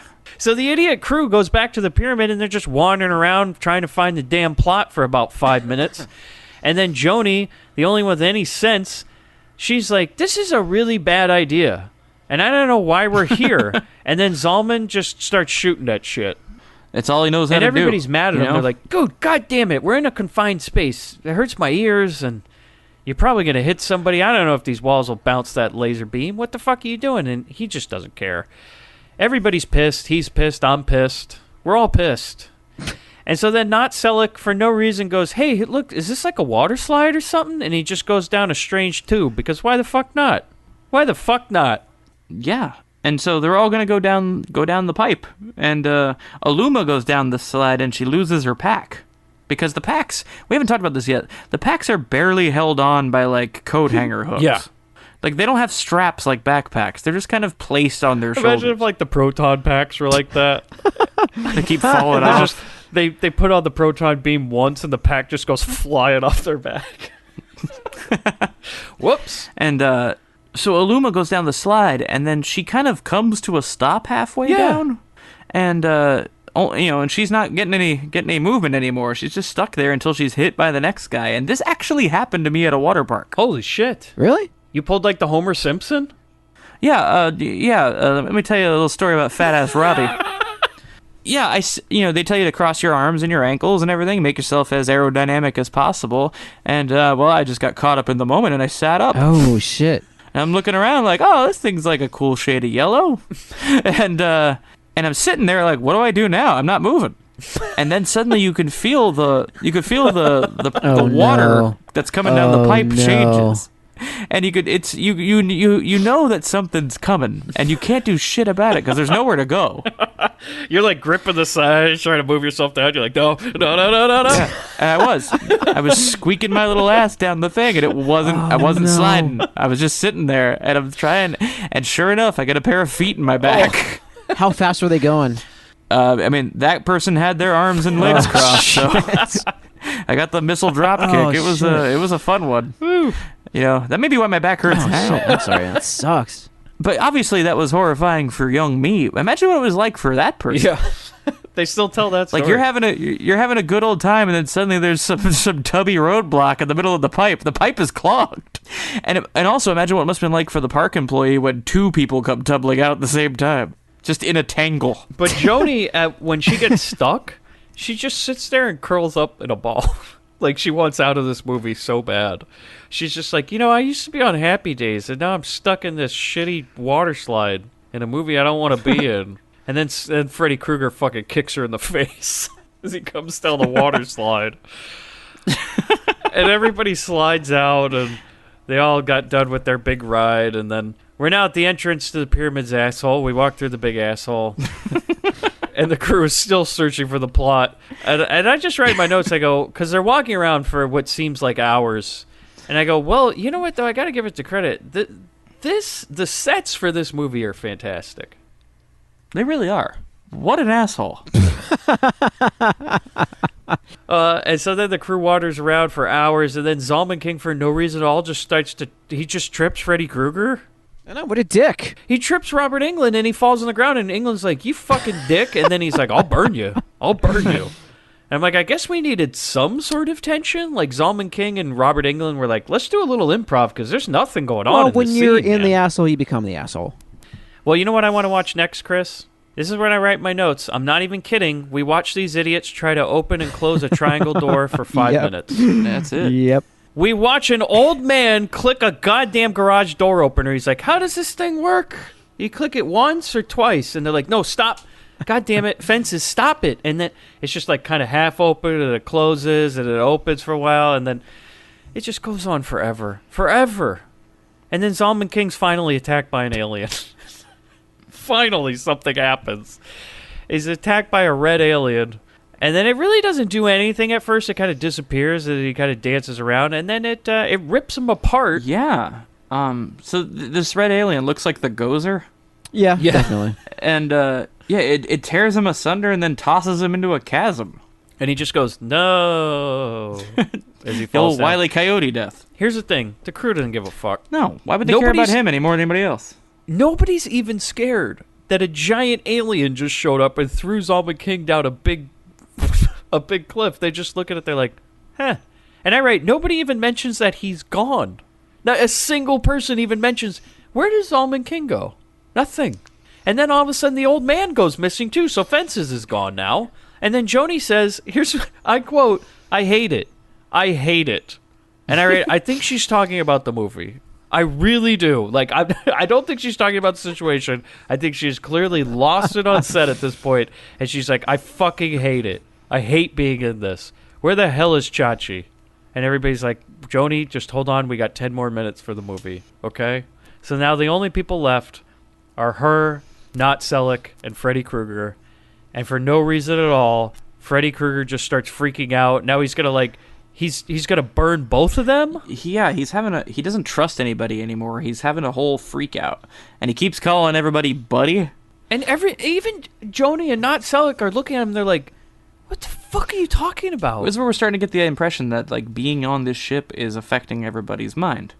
And he's I thought this was significant. I wrote this down because of who is saying it. He says, I'm shredding myself with my own bloody fingernails. I'm like, well, Wait. you're going to be doing that a lot later. So this is trying to turn into Sphere or something now? It's very Event Horizon. Yeah. But because we're being attacked by like hell creatures and everyone's going crazy. It's like we have lost all sense of script at this point, and they're just like, I don't know, Robert, just try it.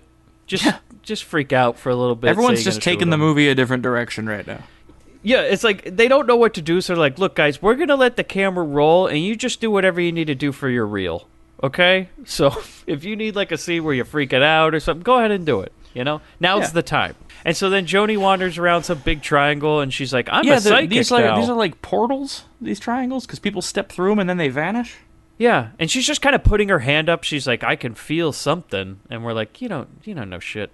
And then I'm just writing as like, somebody saw the cover for that Pink Floyd album, right? And they're like, I want that on the ship.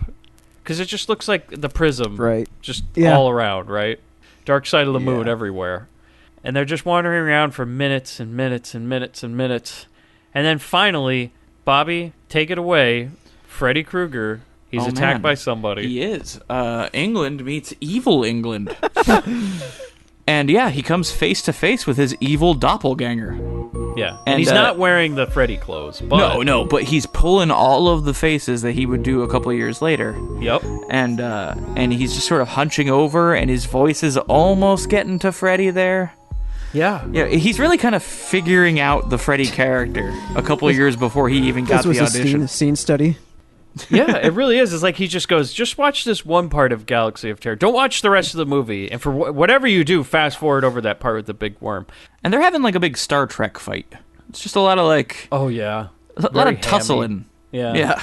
But while that's going on, he's fighting with himself, the soon-to-be Freddy Krueger. We cut to Joni, and now she's like in some soundproof room, and Not Selleck's talking to her, but nobody can hear anything. And I'm like, it would be funny if they were just doing like a mime joke. If she was just like, no, I can hear you just fine. I'm just joking around. But no, that goes nowhere, by the way. Cut back to Freddy Krueger, and Bobby, he's still fighting with his twin. He is. Let's see, he pulls his blaster and he shoots his evil twin. But he no-sells it like Billy Jack. Yeah. And then the twin slashes his arm. Yeah, again, we're really touching on some Freddy shit. The twin suddenly pulls out a blade and gives him a cut. And so clearly England's dreaming right now, right? Is that what we're doing? Oh, absolutely. Absolutely. But he starts to realize what's going on because he shot him a couple times now, and he's talking out, he's thinking out loud, and he notices, he says, there's blood but no guts. This can't be real. I'm fighting myself. And he starts laughing because it's all clear to him now that this is all a hallucination, that none of this is real. It's all clear to him now that he'll be making 8 of these movies and making I'll be doing hell of this a lot forever. of money. Yeah. That was the laugh of just like, I've got it now. I have the character down. Call Wes. So here's the thing. When I write my notes, guys, ready? Here's the next scene. This is exactly what I wrote. Joni walks up to a big hole. I bet she goes in it.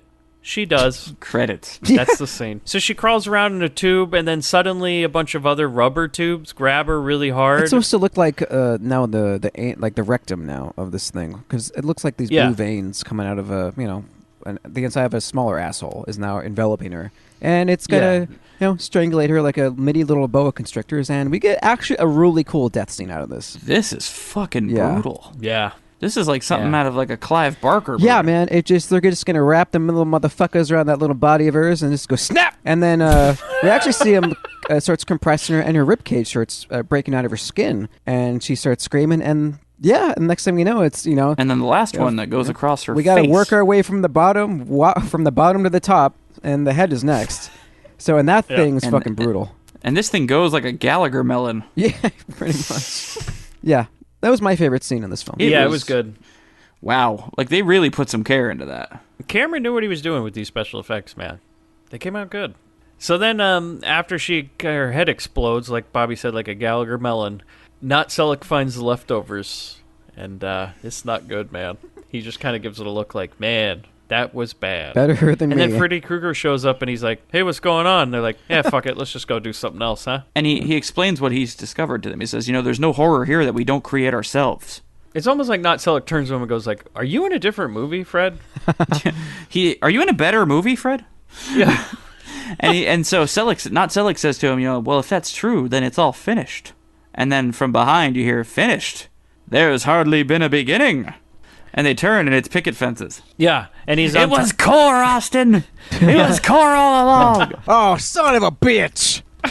He's standing on top of this giant matte painting, like in this door, and he goes, come and get me! You big horse's ass! And here's the great part about this, is that Not Selleck stands up, and he starts walking up these tons of steps to get to him. And then his paint can comes down.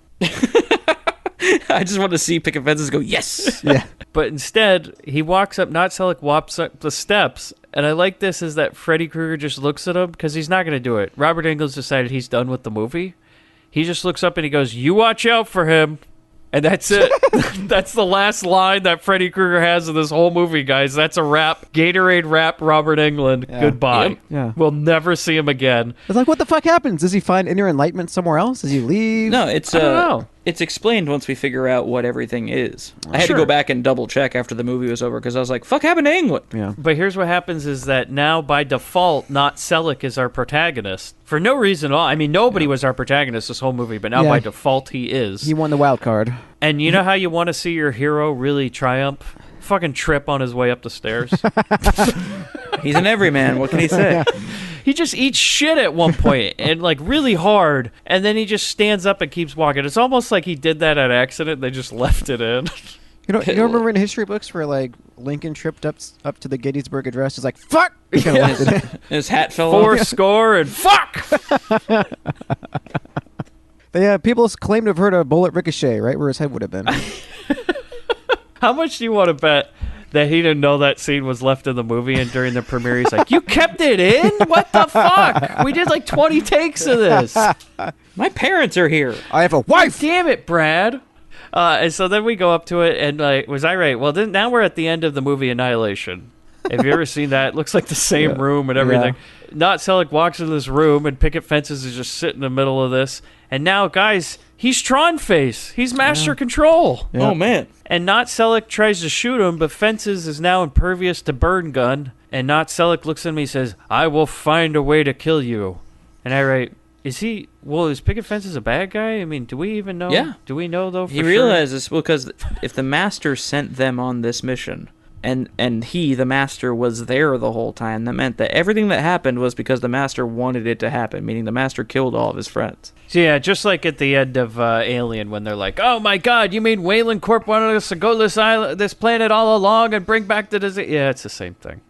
It was all, Done for a purpose. And he explains to him, perhaps you will kill me for what I've done, but you've already won the game. And he's like, what fucking game? That's what I wrote. Well, the next scene, a light cycle appears. He's like, fuck. Now the game is on. And he throws that frisbee thing. The frisbee thing. And he explains that the pyramid is a toy. And he says it's a toy of a vanished race to learn how to control your fears. Stargate. Yeah. And he goes, well, how do you know this? And he goes, Stargate. No, and he goes, he says, this is where I became the master. And they explain during this scene what happened to England in that he basically solved the puzzle of the toy. Like, he was able to face his fears and figure out what was going on, and so he just kind of got transported out of there. That's their excuse for why Robert Englund ran out of days of shooting. He just didn't show up for the last day. Yeah. He had a movie to shoot. It was called Nightmare on Elm Street. Yeah. He was gone. But that was the explanation they gave. When was Nightmare 84. 1? Oh, okay. He's a few years off. Yeah. I think he had to go do Dead and Buried. There you go. Which is a way better movie than this. So I understand that. So in the middle of this, nobody knows what the fuck Picket Fences is talking about. Like you said, Bobby, you have to goddamn rewind this 3 times to figure out what the hell's going on. Oh yeah, it was tough. I did have to rewind it and go, what? Well, especially when your characters are just quoting Walt Whitman or some other poet. Yeah, fucking, we're doing a reading of Robert Frost. Yeah. Robert Englund reads Robert Frost. In the Freddy voice. But so we break from this scene with all of the previous monsters we saw attacking, because we get the Gozer back, we get the big rape worm back. It's a big party, and he starts fucking Jackie Chan flipping and Han Solo firing, man. It's like a curtain call. Like, this is nuts. You know, it's funny you say Han Solo. He's hitting trampolines. He's running on walls. Because I wrote in my notes, I said, this guy's better than the guy who played Solo in the Solo movie. Oh, goddamn. Anyone's better than that fucking guy. Yeah. It's so funny because I liked him a lot in that Coen Brothers movie. And then I watched Solo and went, who the fuck is this guy? Which Coen Brothers movie? Who the fuck is this guy? He's in Hail Caesar. He's really good in that. Oh, okay. Does he play Caesar? Well, he plays a bad actor. And so I was like, this guy's incredible. And then I saw him in a different role and went, oh. Was his name Aiden Eidenreich? Yeah, Eidenreich something. Jeez, that sounds like a Nazi. Jesus, Aiden Eidenreich. Good lord. I'm here for the audition of Solo. Yeah, Jesus, man. So, hold on. So when the movie Solo starts, the first scene, it fires up and you just hear Bobby going, the fuck is this guy? And everyone's shushing me. By the way, I was in when I saw the movie Us over the weekend, which this will come out weeks after the movie has come out. Some lady at the end of the movie goes, "Oh, so you mean that's why the?" And everybody's like, "Shut up!" Wait, which movie? The movie Us. Oh, yeah. I didn't hear the title just now. Oh, yeah. So she's like just loudly figuring out the explanation at the end. Yeah, she goes, "So you mean it was the?" And then people go, "Shut the fuck up!" She just starts screaming it at the top of her lungs. That was basically me at Solo. It was like, who the fuck is this guy? Why is everything blue? What is this, Galaxy of Terror? And everyone's like, shh. Why is everything filmed in a warehouse? Yeah, exactly. I just like that. You mean that's Han Solo? Oh, fuck. Never mind then. I'm out of here. Yeah, they cast it for the looks only, obviously. You know, I don't know if you guys saw it today, but they had something leak, and I'm sure everybody's seen it by now because this podcast will come out weeks later. They had the leaked new Star Wars poster. Saw it, yeah. Guys, you see that? Is that real? I don't think that's real. Fucking 3PO with a crossbow? Yeah. Hell yes. Well, here's the thing. He's not only holding Chewie's crossbow, he's also wearing his bandolier. Yeah. He's Hell yes. He's like Rambo'd out. I would love it if that scene happens. Oh, he needs a fucking red bandana on his head. Everybody it knows. turns out he's been holding back this whole time. Yeah, everybody knows that listens to this podcast that my favorite character in Star Wars is C-3PO because he's a bitch robot. Yeah. I want that turn. I want when he becomes Rambo. Human cyborg relations has reached its end. I didn't like the last one, but I am on fucking board if C-3PO You're has all in. Oh my god, I'm ready, dude. I want him to have a fucking crossbow with like a Rambo bandolier and He's throwing grenades. Hell yes, He's fucking dude. bayoneting Ewoks. Yes, Chris, yes. And you know what? R2's right next to him, and he's just got a bunch of grenades in him. He's like a trash can full of grenades, man. And 3PO's He's got a necklace made out of ears. Is that how R2's going to go ahead? It's going to fucking kamikaze someone. Yes. 3PO at one point is going to have a goddamn Jar Jar necklace full of ears. It's going to be fucking great, dude. This is what happened. The toxic fandom changed everything. Now everyone's fucking Rambo. They're like, this is what you nerds want, right? It's just going to be everyone running and gunning and shooting everybody. Hey, fuck you, And fucking me, right? 3PO puts his bandana on and he goes, day by day. They actually got Stallone voicing him now. I'm a droid. I'm a droid who's had enough. I'm a droid.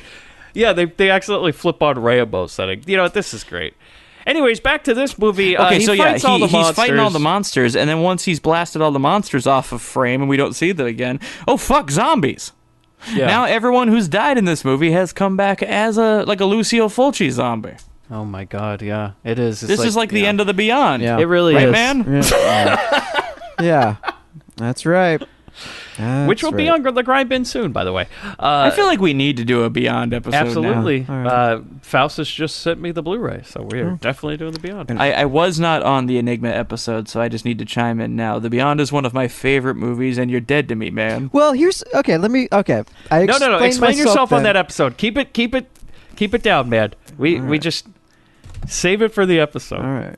We gotta let this thing go, man. We gotta let it percolate. Let's stew.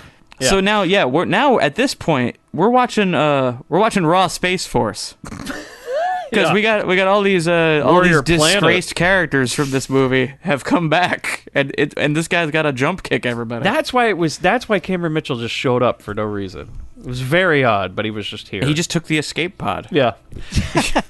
He and his wife just grabbing all the space credits they can and getting out of here.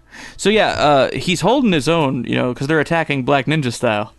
Yes. And until eventually he's overcome. He's bonked on his head like Billy Jack, and he's woken up by Illuma. Yeah, he's woken up by Joni. Yeah, and she's touching his face, but he's like, well, wait a minute, whoa, and he jumps back and he doesn't trust this shit. But she comes in and she gives him a kiss. Yeah, she goes for the kiss, and then for no reason at all, he's all about it then. And then Bobby, when she goes for that kiss, well, she holds him tight, right around the neck. And Heel lifts turn. him up. Yeah. Picks him up for the goozle. Yeah, you remember that time when Stone Cold was going in for the kiss with Vince, and then he heel turned him and stunnered him? Yeah. Oh, yeah. I remember it well. And Vince was hard, too. Yeah. Not even a gentleman. You ever seen somebody take a Stone Cold stunner with a boner? Man, Ugh. that's weird. They can't hit the mat face down. It hurts. Yeah, so then she strangles him, and then he breaks free and shoots her dead. And then she just kind of disappears as a form of light, and we're back with picket fences. Because it wasn't real either. Yeah. He's like, you passed the test. Now you can be Tron Face. And he says to him, you cannot find the rage that wanted to kill me, though I am the same man I was before. Yeah. Whatever. Joyce Carol Oates. It's hardly Yates, and then- if not Keats. He does, after hearing Keats, he does find the power within him to defeat the Master. And how does he do that, guys? Well, he fires light out of his crotch. Yeah. He does a fucking Care Bear stare. Yeah. 3, 2, Care Bear. Just like- when the just above the pubes. Yeah. He just, boom, Yeah. hits him with a blast. like the Care Bears, but if instead of it coming out of their stomach, it comes out of their dick. Just a little lower. That's how his first wife died, actually. Oh, my God. Yeah, Care And, Bear countdown. And so, yeah, he destroys him with the power of his caring, like a true friend. And he hears the Master say, "It is done. You are the Master now." And Picket Fence And is so- just laying there covered in KY jelly. Oh, he's so satisfied. And, So, yeah, he finally he puts him out. He gives him one last blast, and then he looks up, and he has the glow face now. yeah, he's now Master Control. He's going to go on that computer and fight Jeff Bridges. It's all good. And that just ends. The movie just ends. It just cuts to a shot of the pyramid, and it's like, credits. And I got to say, best part about this movie, tight 78 minutes. Not bad. It's like, this is one of the shortest movies I've ever seen. So, obviously, you want to elaborate on your recommendations, Mike? 'Cause I think you've been the most clear thus far as to what you think of the film. It's not good. It's not good. It is, it's got a few good special effects parts in it. We made this movie a lot more interesting than it is, guys. Like, Yeah. it is a lot of boring. So my recommendation is no. What about you, What man? do you think, man? vodka. You know what? I think Man Aykroyd. I think the last half hour saves the film. Oh, It's God. redeemable to me. It's just entertaining. It's like it's so stupid. It's hilarious. And for me, it's I'm gonna give it a background sex noise recommendation. Ooh. Okay. Just as long as you get past the worm part. Yeah, then you let's can put it skim up. past that one. No, this one. No, turn it down. Okay, that we're good. Bobby? Fuck you. I like this movie. Honestly, I had a great time. Wow. I really I think it's fun to see where all of the stuff that followed it got its ideas. You know, like I was saying at the top of this, it is like looking through the rough notes of all these sci-fi filmmakers who were clearly inspired by this and went on to take small pieces of this movie and make a better large film out of those pieces. Yeah. It's kind of cool. You know, there's something from at least from a historical point. Yeah, it's not a great film by any stretch. I wouldn't make that argument, but I did very much enjoy it. I love the cast. I thought that it's such a weird hodgepodge of people from different areas of pop culture that should not be the crew of a spaceship. I just think the biggest problem is that it's 78 minutes and there's like 20 minutes of nothing. Yeah. It's boring. It's a short film, and there's not a lot going on. I mean, you can have a lot in a little time, but there's nothing until the end. No. Surely.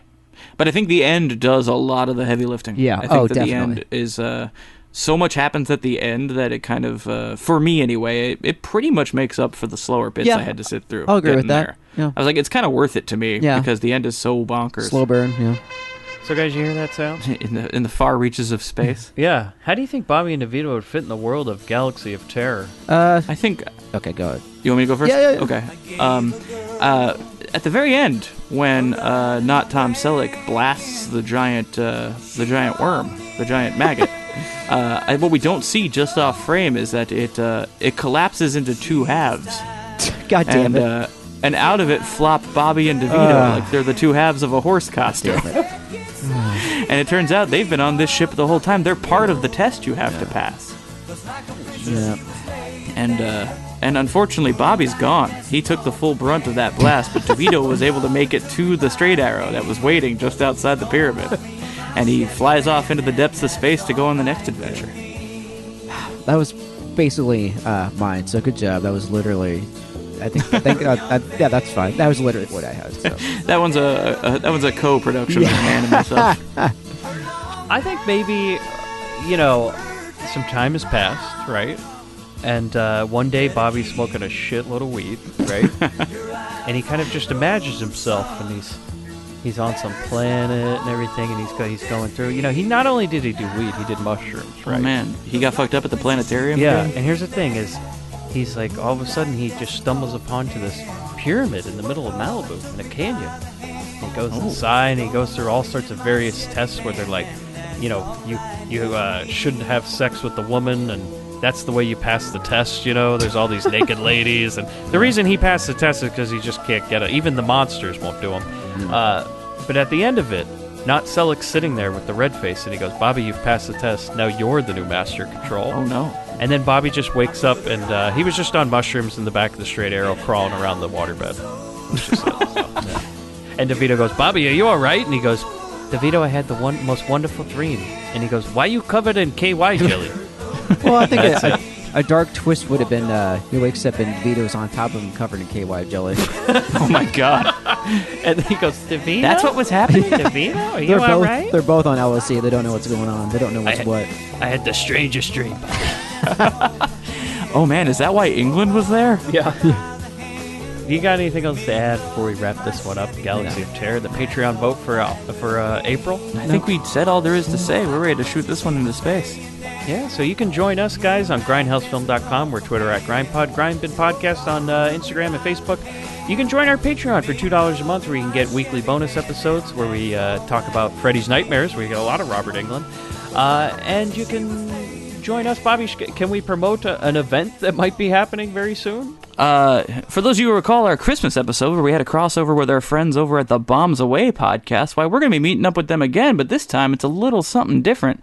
We're going to be joining the Bombs Away crew for a live show at the Frida Cinema. at the end of May. So all of our Southern California listeners, if you're around at the end of May, we'll clarify on our social media about the dates and everything. But we'll be showing up at the Frida Cinema live to discuss and screen The Running Man. Bobby, start the spaceship to hell. Hey, Bobby, I got the money. Yeah, I made the team. But you're a hooker. Get that goddamn thing out of your mouth. Where's Set Knockers? I don't know. Spooky got no real rhythm. We're gonna play a little game, baby. I just love funny games. Get a little girl all hot and horny. This is Los Angeles. Oh, the hell with women's live. I'm horny. And maybe Daddy wouldn't have had to kill himself because he couldn't get it up anymore.